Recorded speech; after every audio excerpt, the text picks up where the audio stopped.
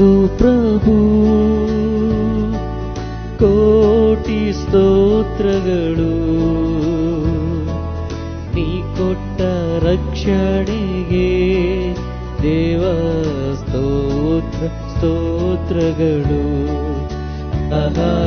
ನೀ ಮಾಡಿದ ಉಪಕಾರಕ್ಕೆ ದೇವ ಸ್ತೋತ್ರ ಸ್ತೋತ್ರಗಳು. ಎನ್ ಪ್ರಿಯ ಯೇಸು ಪ್ರಭು, ಕೋಟಿ ಸ್ತೋತ್ರಗಳು. ನೀ ಕೊಟ್ಟ ರಕ್ಷಣೆಗೆ ದೇವ ಸ್ತೋತ್ರ ಸ್ತೋತ್ರಗಳು. ನೀ ಮಾಡಿದ ಉಪಕಾರಕ್ಕೆ ದೇವ ಸ್ತೋತ್ರ ಸ್ತೋತ್ರಗಳು.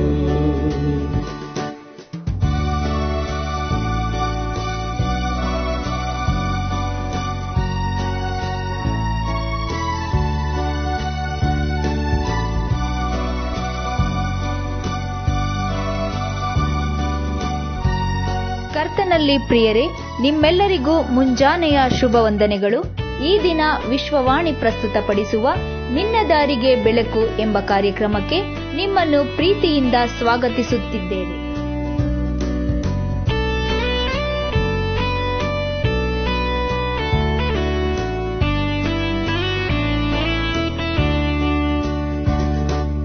ಕಷ್ಟದ ದಿನಗಳಲ್ಲಿ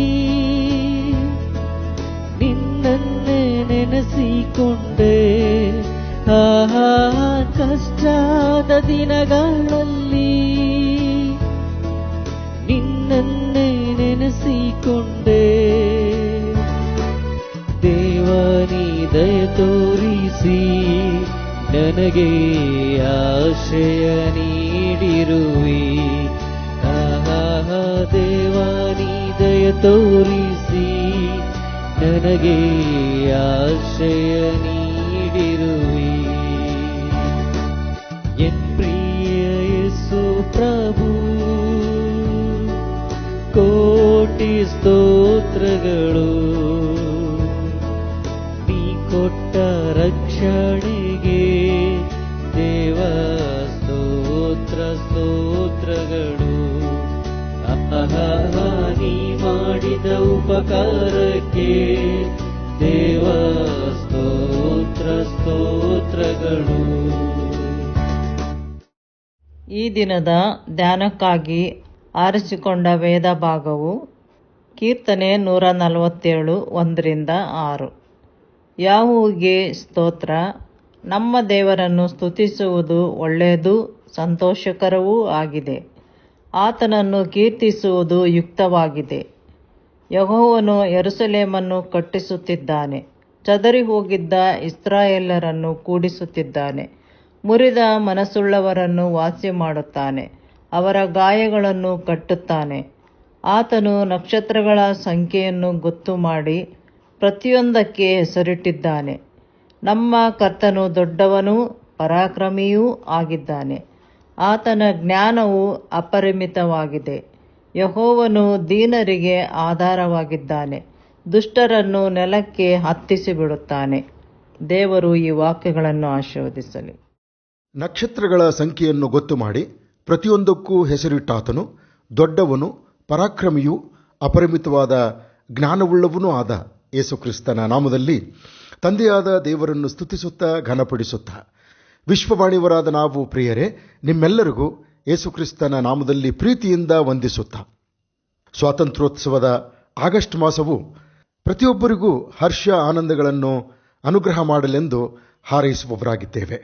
ಸುಮಾರು 197 ವರ್ಷಗಳ ಕಾಲ ಬ್ರಿಟಿಷರ ಆಡಳಿತದಲ್ಲಿದ್ದಂಥ ಭಾರತ ದೇಶವನ್ನು ಕರ್ತನಾದ ದೇವರು ಸ್ವಾತಂತ್ರ್ಯ ಹೋರಾಟಗಾರರಾದ ಅನೇಕ ದೇಶಪ್ರೇಮಿಗಳ ಪರಿಶ್ರಮ, ತ್ಯಾಗ ಮತ್ತವರ ಬಲಿದಾನಗಳಿಂದ ವಿಮೋಚಿಸಿ ನಮಗೆ ಸ್ವಾತಂತ್ರ್ಯವನ್ನು ದಯಪಾಲಿಸಿರುವನು. ದೇಶವು ಸ್ವಾತಂತ್ರ್ಯವಾಗುವುದಕ್ಕಾಗಿ ಶ್ರಮಿಸಿದ, ಹೋರಾಡಿದ ಹಾಗೂ ತಮ್ಮ ಪ್ರಾಣಗಳನ್ನು ತ್ಯಾಗ ಮಾಡಿದ ಪ್ರತಿಯೊಬ್ಬರಿಗೂ ನಮ್ಮ ತುಂಬು ಹೃದಯದ ವಂದನೆಗಳು. ಕರ್ತನಲ್ಲಿ ಪ್ರಿಯರೇ, ಇಸ್ರಾಯೇಲರು ಐಗುಪ್ತ ದೇಶದಲ್ಲಿ ದಾಸರಾಗಿದ್ದಾಗಲೂ ಮತ್ತು ಯಹೂದ್ಯರು ಬಾಬೇಲಿನಲ್ಲಿ ದಾಸರಾಗಿದ್ದಾಗಲೂ ಕರ್ತನಾದ ದೇವರು ಅವರ ಪಕ್ಷದಲ್ಲಿ ತನ್ನ ಕೃಪೆಯನ್ನು ದಯಪಾಲಿಸಿ ವಿಮೋಚಿಸಿದ ಪ್ರಕಾರವೇ ಆತನು ನಮ್ಮನ್ನು ಸಹ ನಾವು ಭೌತಿಕವಾಗಿ ಬ್ರಿಟಿಷರಿಗೆ ದಾಸರಾಗಿದ್ದಾಗಲೂ ಮತ್ತು ಆಧ್ಯಾತ್ಮಿಕವಾಗಿ ಸೈತಾನನಿಗೆ ದಾಸರಾಗಿದ್ದಾಗಲೂ ಕ್ರಿಸ್ತ ಯೇಸುವಿನ ಮೂಲಕ ನಮ್ಮನ್ನು ವಿಮೋಚಿಸಿ ಸ್ವಾತಂತ್ರ್ಯಪಡಿಸಿ ತನ್ನ ಪ್ರೀತಿಯನ್ನು ಸಿದ್ಧಾಂತಪಡಿಸಿರುವನು. ಆತನ ಘನನಾಮಕ್ಕೆ ಅನಂತ ಕೋಟಿ ಸ್ತೋತ್ರಗಳು. ಕರ್ತನಲ್ಲಿ ಪ್ರಿಯರೇ, ಕರ್ತನ ಸೇವಕಿಯೂ ಓದಿರುವ 147ನೇ ಕೀರ್ತನೆಯ ಮೊದಲ ಭಾಗದ 6 ವಚನಗಳನ್ನು ಕೇಳಿಸಿಕೊಂಡೆವಲ್ಲ. 147ನೆಯ ಕೀರ್ತನೆಯಲ್ಲಿ 20 ವಚನಗಳಿದ್ದು ಇದು 3 ಭಾಗವಾಗಿ ವಿಂಗಡಿಸಲಾಗಿದೆ. 147ನೆಯ ಕೀರ್ತನೆಯನ್ನು ನೆಹೆಮೀಯನು ಯೆರೂಸಲೇಮಿನ ಪೌಳಿಗೋಡೆಯನ್ನು ಕಟ್ಟಿ ಬಾಗಿಲುಗಳನ್ನು ಇಡಿಸಿ ಜನರನ್ನು ಕ್ರಮವಾಗಿ ವ್ಯವಸ್ಥಿತರನ್ನಾಗಿ ಮಾಡಿದ ನಂತರ ಅದರ ಪ್ರತಿಷ್ಠೆಯ ಸಂದರ್ಭದಲ್ಲಿ ಈ ಕೀರ್ತನೆಯನ್ನು ರಚಿಸಿರುವನು. ದಯಮಾಡಿ ನೆಹೆಮೀಯನ ಪುಸ್ತಕ 12ನೇ ಅಧ್ಯಾಯದ 27ರಿಂದ 43ನೇ ವಚನಗಳವರೆಗೆ ಗಮನಿಸಿರಿ. ಯೆಹೆಜ್ಕೇಲನ ಪ್ರವಾದನ ಪುಸ್ತಕ 39ನೇ ಅಧ್ಯಾಯ 28 ಹಾಗೂ 29ನೇ ವಚನಗಳಲ್ಲಿಯೂ ಈ ವಿಷಯವು ಪ್ರಸ್ತಾಪಿಸಿದ್ದಾಗಿ ನೋಡುತ್ತೇವೆ. ನಾನು ಅವರನ್ನು ಜನಾಂಗಗಳೊಳಗೆ ಸೆರೆಯಾಗುವಂತೆ ಮಾಡಿ ಆಮೇಲೆ ಒಟ್ಟುಗೂಡಿಸಿ ಸ್ವದೇಶಕ್ಕೆ ತಂದದ್ದರಿಂದ ನಾನೇ ತಮ್ಮ ದೇವರಾದ ಯೆಹೋವನು ಎಂದು ದೃಢ ಮಾಡಿಕೊಳ್ಳುವರು. ಅವರಲ್ಲಿ ಯಾರನ್ನೂ ಸೆರೆಯಲ್ಲಿ ಬಿಟ್ಟು ಬಿಡೆನು, ಇನ್ನೆಂದಿಗೂ ಅವರಿಗೆ ವಿಮುಖನಾಗೆನು. ಇಸ್ರಾಯೇಲ್ ವಂಶದ ಮೇಲೆ ನನ್ನ ಆತ್ಮವನ್ನು ಸುರಿಸಿದ್ದೇನಷ್ಟೇ. ಇದು ಕರ್ತನಾದ ಯೆಹೋವನ ನುಡಿ ಎಂಬುದೇ. ಹೌದು, ಬಾಬೆಲಿಗೆ ಸೆರೆಯಾಳುಗಳಾಗಿ ಹೋಗಿದ್ದ ಯೆಹೂದ್ಯರನ್ನು ಕರ್ತನಾದ ಯೆಹೋವನು ಯೆರೂಸಲೇಮಿಗೆ ಹಿಂತಿರುಗಿ ಬರಮಾಡಿ ಅವರನ್ನು ಸ್ಥಿರಪಡಿಸಿದ ನಂತರ 147ನೆಯ ಕೀರ್ತನೆಯು ಬರೆಯಲಾಗಿದೆ. ಪ್ರಿಯ ಸಹೋದರ ಸಹೋದರಿಯರೇ, ಈ ಕೀರ್ತನೆಯಲ್ಲಿ ಗಮನ ಸೆಳೆಯುವಂಥ ಕೆಲವು ಪದಗಳು 2 ಹಾಗೂ 3ನೇ ವಚನಗಳಲ್ಲಿ ಕಂಡುಬರುವವು. ಅವು ಕಟ್ಟುವುದು, ವಾಸಿ ಮಾಡುವುದು, ಕೂಡಿಸುವುದು, ಎಣಿಸುವುದು, ಆಧಾರವಾಗುವುದು ಅಥವಾ ಎತ್ತುವುದು ಎಂಬಂಥವುಗಳೇ. ಈ ಎಲ್ಲ ಪದಗಳು ಪ್ರಿಯರೇ, ದೇವರು ಕರ್ತನಾದ ಯೇಸು ಕ್ರಿಸ್ತನ ಮೂಲಕ ತನ್ನ ಪ್ರಜೆಗಳಿಗೆ ತೋರಿಸುವ ಪ್ರೀತಿ, ಕರುಣೆ, ಅನುಕಂಪ ಹಾಗೂ ದಯೆಗಳ ಕುರಿತು ಬರೆಯಲ್ಪಟ್ಟಂಥವುಗಳಾಗಿವೆ. ಅಷ್ಟು ಮಾತ್ರವೇ ಅಲ್ಲ, ತಾನು ತೋರಿಸುವ ಪರಾಕ್ರಮ ಕಾರ್ಯಗಳ ಬಗ್ಗೆ ಹೇಳುವವುಗಳಾಗಿವೆ. ಅರಸನಾದ ಕೋರೇಶನು ಬಾಬೇಲ್ ಸಂಸ್ಥಾನವನ್ನು ತನ್ನ ಸ್ವಾಧೀನದಲ್ಲಿ ತೆಗೆದುಕೊಂಡು ಅಲ್ಲಿ ಮೇದ್ಯ ಪಾರಸಿಯರ ಸಂಸ್ಥಾನವನ್ನು ಸ್ಥಾಪಿಸಿದ ಕೇವಲ 2 ವರ್ಷಗಳಲ್ಲಿ ನೆಬೂಕದ್ನೆಚ್ಚರನು ಸೆರೆಯಾಳುಗಳಾಗಿ ತೆಗೆದುಕೊಂಡು ಹೋಗಿದ್ದ ಯೆಹೂದ್ಯರ ಸಂತತಿಯವರನ್ನು ಜೆರುಬ್ಬಾಬೆಲನ ನಾಯಕತ್ವದಲ್ಲಿ ಯೆರೂಸಲೇಮಿಗೆ ಹಿಂತಿರುಗಿ ಕಳುಹಿಸಿಕೊಟ್ಟನು. ಈ ವಿಷಯವು ಯೆಹೂದ್ಯರಿಗೆ ಕನಸು ಕಂಡವರ ಹಾಗಿತ್ತೆಂದು ಕೀರ್ತನೆ 126 ಮೊದಲನೇ ವಚನವು ತಿಳಿಸುವುದು. ಹೌದು, ಯೆಹೂದ್ಯರು ಬಾಬೇಲಿಗೆ ಸೆರೆಯಾಳುಗಳಾಗಿ ಹೋಗುತ್ತಿದ್ದ ಸಂದರ್ಭದಲ್ಲಿಯೂ ಹಾಗೂ ಬಾಬೇಲಿನಲ್ಲಿ ಸೆರೆಯಾಳುಗಳಾಗಿದ್ದ ಸಂದರ್ಭದಲ್ಲಿಯೂ ಅನೇಕರು ತಮ್ಮ ಪ್ರಾಣಗಳನ್ನು ಕಳೆದುಕೊಂಡಿದ್ದರು.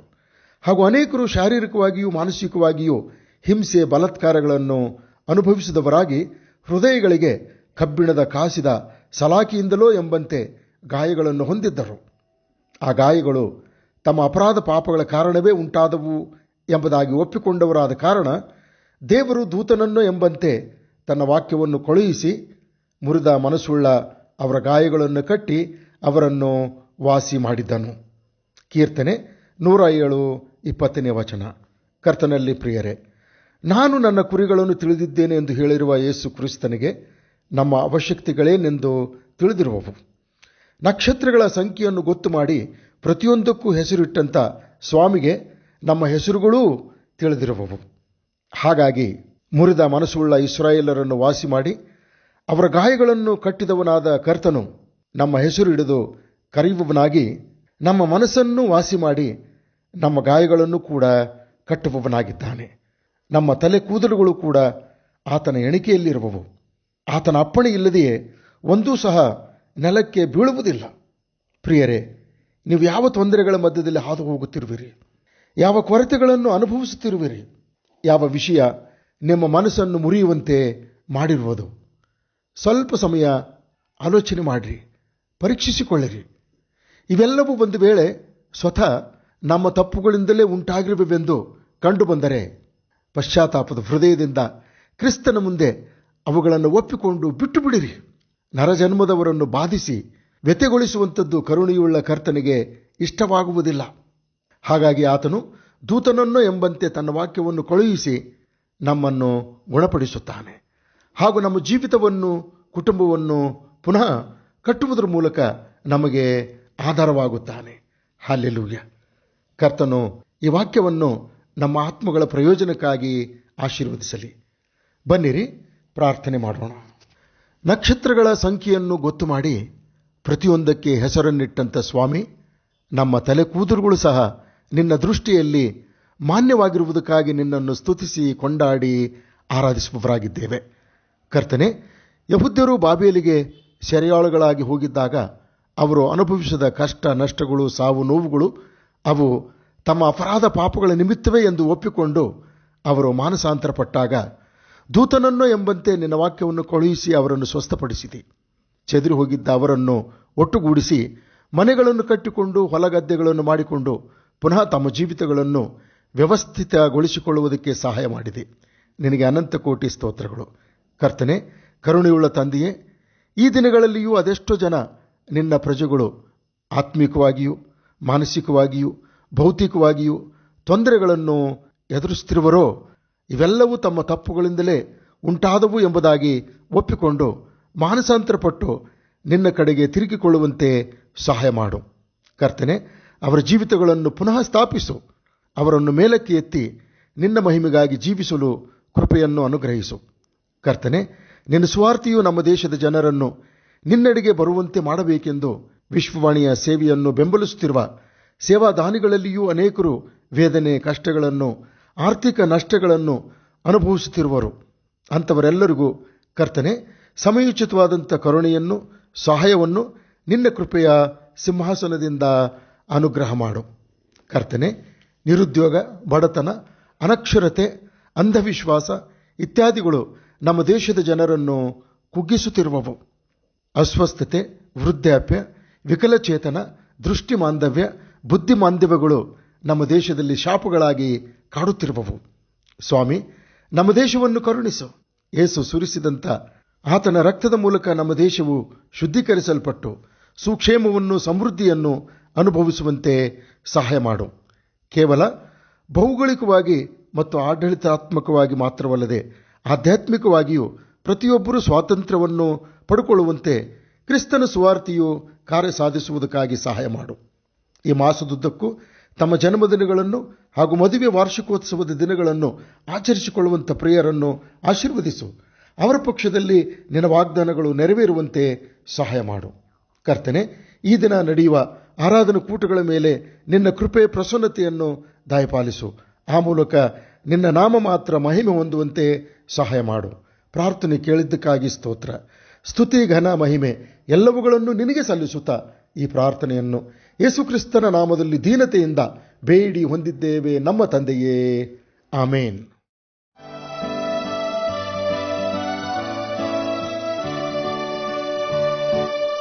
ಈ ದಿನವೂ ನಾಡುವೆ ನಿನ್ ಕೃಪಾ ವರದಿಂದಲೇ. ಈ ದಿನವೂ ನಾಡುವೆ ನಿನ್ ಕೃಪಾ ವರದಿಂದಲೇ. ಸುರಿಸಿರುವೆ ಸುವರಗಳ ದೇವ, ಸ್ತುತಿಸುವೆನು ಸಂತಸದಿ. ಸುರಿಸಿರುವೆ ಸುವರಗಳ ದೇವ, ಸ್ತುತಿಸುವೆನು ಸಂತಸದಿ. ಎನ್ ಪ್ರಿಯ ಯೇಸು ಪ್ರಭು, ಕೋಟಿ ಸ್ತೋತ್ರಗಳು. ನೀ ಕೊಟ್ಟ ರಕ್ಷಣೆಗೆ ದೇವ, ಸ್ತೋತ್ರ ಸ್ತೋತ್ರಗಳು. ನೀ ಮಾಡಿದ ಉಪಕಾರಕ್ಕೆ ದೇವ, ಸ್ತೋತ್ರ ಸ್ತೋತ್ರಗಳು.